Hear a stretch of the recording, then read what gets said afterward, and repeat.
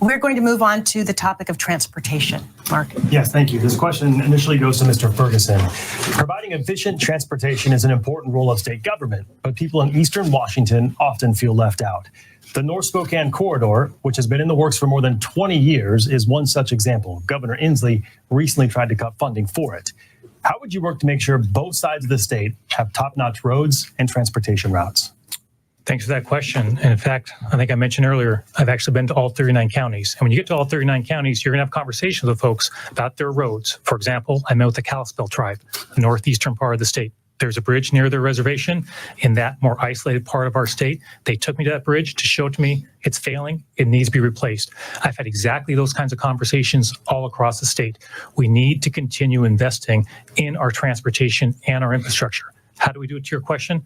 And the way I talked about before, I believe in bipartisan solutions, especially when, on an issue like this, communities across the state are suffering from a lack of resources for exactly this purpose. So look, we have to have a governor who's got a track record of balancing budgets that are bipartisan, as opposed to an individual who drives up deficits when he's back in Congress and overspends his sheriff's budget. So that'll be a focus of mine. This is important for our economy. This is important for jobs. And as governor, we're going to make that happen. Mr. Reichert.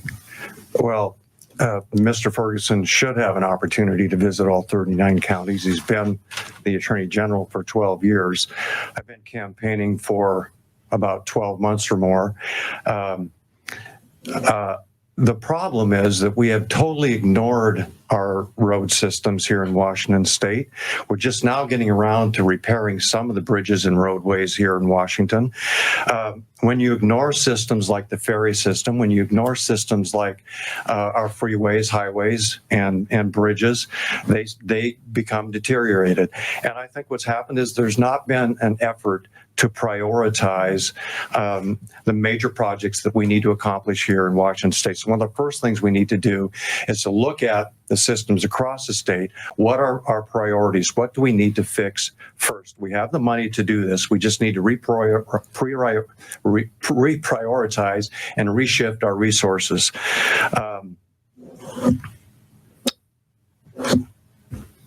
All right, thank you. And a quick follow-up. If elected governor, Mr. Ferguson, what would you prioritize, and please use specifics if you can, in terms of transportation projects in Washington? Oh, we're going to make sure we have a balanced approach across the state. Eastern Washington and Western Washington. And so for me, it's prioritizing getting out, listening to people, talking to both Democrats and Republicans in the state legislature to make sure we're putting together a package that meets the needs of all Washingtonians. And also add, Dave, it's not getting to all 39 counties in my time as Attorney General. I've been to all 39 counties in my campaign for this office specifically. I'm back going around a second time to all 39 counties. Why? I launched my campaign in Spokane. Then we went to Central Washington. Only then did I come to Western Washington. So this campaign, getting out here and directly from Washingtonians on exactly these kind of issues, that's what I've been doing. Mr. Reichert, the question was, what projects would you prioritize in terms of transportation projects in the state? Yeah, I think one of the first things that I would do is prioritize the ferry system. It's totally inoperable. Again, it's another part of our transportation system that's been totally ignored.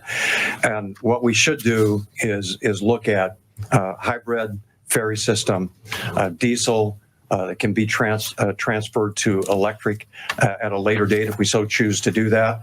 We've got to get passenger-only ferries on board and operating as quickly as possible. We have private boat operators that are transporting people in between the islands. That's not a safe situation. That's a lifeline for the people who live in the islands. So the ferry system, I think, should be one of the major priorities.